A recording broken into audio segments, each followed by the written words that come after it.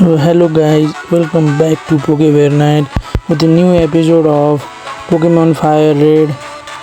हिजोको एपिसोडमा चाहिँ हामीले हाम्रो स्टार्टर लिएका थियौँ। हाम्रो स्टार्टरको रूपमा चाहिँ हामीले चार्मेन्डर लिएका थियौँ। चार्मेन्डर चाहिँ अहिले 10 लेभलको छ अनि यो पोकेमन फायर रेड एसमा चाहिँ चार्मेन्डर लिएर चाहिँ एकदमै बेफाइदा छ, किनभने फर्स्ट जिम भनेको रक टाइप जिम भयो, सेकेन्ड भनेको वाटर टाइप जिम भयो। त्यसैले चाहिँ जसले चाहिँ यो स्टार्टर लिएर चार्मेन्डरलाई स्टार्टर लिएर खेल्छ नि त्यसलाई चाहिँ अलिक गाह्रै हुन्छ के यो जर्नी कन्टिन्यू गर्न, किनकि चार्मेन्डर फायर टाइप हो नि त।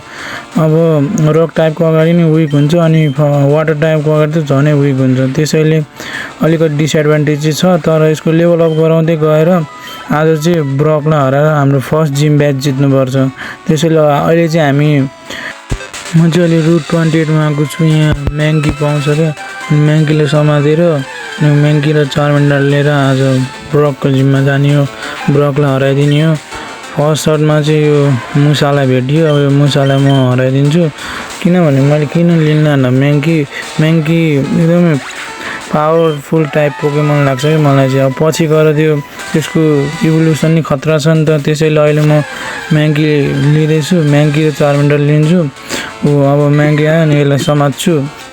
त्यसपछि तपाईँहरू मलाई सजेसन दिनु पनि सक्नुहुन्छ म कुन पोकेमन लिएर खेल्ने भनेर। यदि तपाईँहरूले म्याङ्कीलाई समातेपछि चाहिँ दुईवटा पोकेमन हुन्छ, यिनीहरूलाई म अलिकति लेभल अप गर्छु अनि त्यसपछि फेरि भेट्छु हजुरहरूसँग। अब चाहिँ प्युटर सिटीतिर जानुपर्छ। प्युटर सिटीमा चाहिँ ब्रकको जिम छ, जुन चाहिँ रक टाइप हो।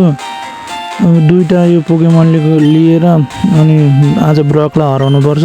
त्यसपछि सेरुलियन सिटी जाने हो, वाटर टाइप जिम छ त्यहाँ, अनि त्यो जिमलाई नि बिट गर्ने अनि अर्को दुईवटा ब्याच हुन्छ। भोलिको एपिसोडमा चाहिँ वाटर टाइप जिम जानुपर्छ। अहिले चाहिँ यो बुढासँगलाई भेटेको थियौँ, यसले चाहिँ हामीलाई पोकेमन क्याच गर्न सिकाइरहेको थियो अनि हामीलाई पोकेमन क्याच गर्न सिकाइरहेको छ। अघि भर्खर म्याङ्की समाएको मैले हामीलाई पोकेमन क्याच गर्न सिकाउँछ। कसरी सिकाउँछ हेर्न आइदिनु, पोकेबल फालेर पोकेमन समाउने थियो, यो कसले चाहिँ थाहा हुँदैन होइन त। र यसले पनि समात्यो, एउटा विडल समातेको छ। फाइनली त्यो बुढालाई गुड बाई भनेर हामी चाहिँ लागेका छौँ भिरिडियन फरेस्टमा, किनकि प्युटर सिटी जानलाई हामी भिरिडियन फरेस्ट हुँदै जानुपर्छ।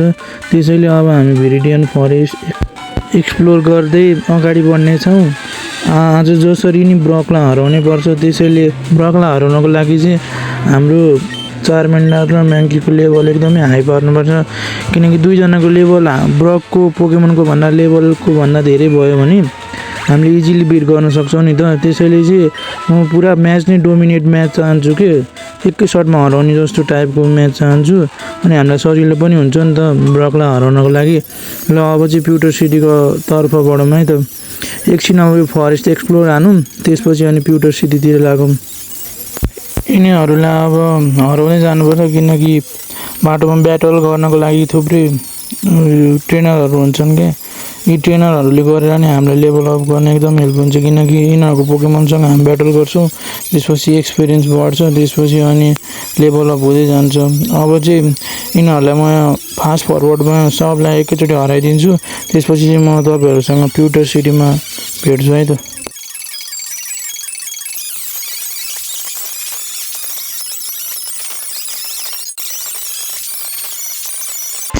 हामी चाहिँ हल्लिँदै रुट 2 सम्म पुगिसकेका छौँ। यसको मतलब अब कति पनि छैन प्युटर सिटी आउनको लागि। प्युटर सिटीको नाम पनि लिएको छैन, प्युटर सिटी आइसकेको छ।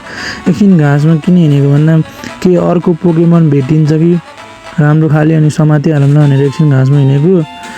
त्यसपछि अझ मैले एउटा ब्याटल लिने बित्तिकै मेरो चार्मेन्डर इभल्भ हुन थाल्छ। मेरो चार्मेन्डरमा मेरो चार्मेन्डर इभल्भ हुन्छ। त्यसपछि चाहिँ हामी सिधै केही नभनेको जिमको तर्फ लाग्छौँ। जिम जाने बाटोमा यहाँ के रहेछ भनेर यसो हेरेको अनि भित्र बसेर एकचोटि भिजिट हानौँ भनेको, यसो याद आयो यो त म्युजियम हो भनेर। अब हामी केही नभनेको सिधै जिमतर्फ लाग्छौँ। म चाहिँ यो यतापट्टि बिर्सेर क्या यतापट्टि जिम होला भनेर गएको, बाटो होइन रहेछ। अनि फेरि यताबाट तल आएर हाम फालेको अब सिधा किनभने जिममा जाने त्यसपछि सिधै ब्याटल लिएर अनि ब्रकलाई हराइदिने। अनि अर्को एपिसोडमा चाहिँ हामी त्यो म्युजियम एक्सप्लोर हान्नेछौँ। त्यो म्युजियम एक्सप्लोर हानिसकेपछि चाहिँ हामी सिधा सेरुलियन सिटी वाटर टाइप जिमलाई च्यालेन्ज हान्न जानेछौँ। अहिले चाहिँ ब्रकलाई च्यालेन्ज हान्नको लागि ब्रकलाई च्यालेन्ज हान्न जाँदाखेरि एउटा ब्रकको चम्चा भात खाने चम्चा होइन जे होस् काम गर्ने चम्चा चाहिँ मसँग ब्याटल लिन्छ। अनि यसको पनि के पोकेमन छ हेरौँ है त। त्यसलाई अनि एकै सर्टमा निम्त्याएर अनि ब्रकसँग फाइट लिने हो। चार्मेनलले लिएर अनि सिधा म मेटल क्ल हानेर त्यसलाई ऱ्याफ पारिदिन्छु। त्यसपछि त्यो आधीमा गएर अड्किन्छ क्या, लिटरली आधीमा गएर अड्किन्छ।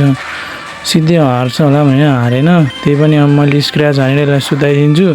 त्यसपछि यसको एउटा पोकेमन त डाउन हुन्छ। त्यसपछि म नेक्स्ट चाहिँ के गर्छु भन्दाखेरि यसले चाहिँ आफ्नो अर्को पोकेमन स्यान्डस्युलाई पठाउँछ, म चाहिँ अनि मेरो म्याङ्कीलाई पठाउँछु। म्याङ्कीलाई चाहिँ मैले अलिकति लेभल बढाएको थिएँ। मेरो म्याङ्की चाहिँ लेभल 25 को लिटरली 25 को म्याङ्की अनि स्यान्डस्यु 11 लो किक हानेर यस्तो आएको ऱ्याफ त्यही पनि रातोमा गएर अड्किराखेँ। त्यसपछि मैले एउटा कराते चप होइन फ्युरी स्वाइप हाने, फ्युरी स्वाइप मिस भयो। त्यसपछि चाहिँ कराते चप हाने, कराते चप हानेपछि त्यसलाई मैले डाउन पारिदिएँ। त्यसपछि यो हार्यो। चम्चा त यस्तो कमजोर रहेछ झन्। अब यसको गुरुजी कति के हुनुहुन्छ भनेर हेरौँ है त। अझ बढी कुरा खोक्दो रहेछ चम्चे। ब्रकले चाहिँ के भन्छ भन्दा I'm broke rock will power even power all rock hard true ग्राइस द्याट्स राइट। बढी कुरा खोक्छ त्यहाँ म जस्तो कोही छैन भनेर, मलाई कसैले लिनु सक्दैन भन्ने यस्तो कुरा गर्छ। ल मलाई सो मी योर बेस्ट भनेको छ, यसलाई बेस्टको नि बेस्ट देखाइदिन्छु, बेस्ट अफ बेस्ट। अघि मैले भनेको थिएँ त पुरा डोमिनेट म्याच चाहियो भने डोमिनेट गरेर हराउने हो। ल चार्मेनलले म यसको जियोडुजलाई एकै सर्टमा हराउनु खोज्छु तर जाँदैन होला किनकि यो 12 लेभलको छ नि त। सुपर इफेक्टिभ भयो नि, एल्लोमा गएर अड्क्यो। फेरि यो डिफेन्स कभर हाने यसले।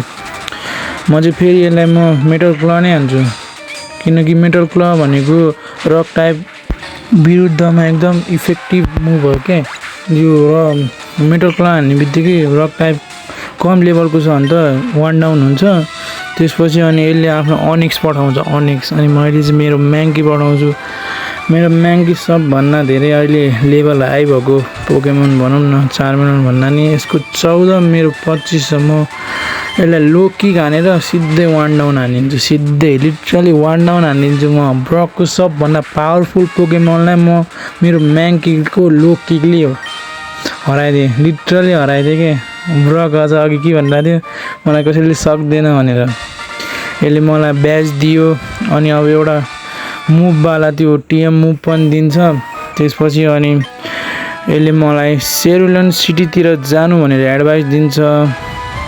अर्को एपिसोडमा चाहिँ हामी सेरुलन सिटीतर्फ लाग्छौँ किनकि सेरुलन सिटीमा वाटर टाइप जिम छ जसको जिम लिडर मिस्ट्री हो।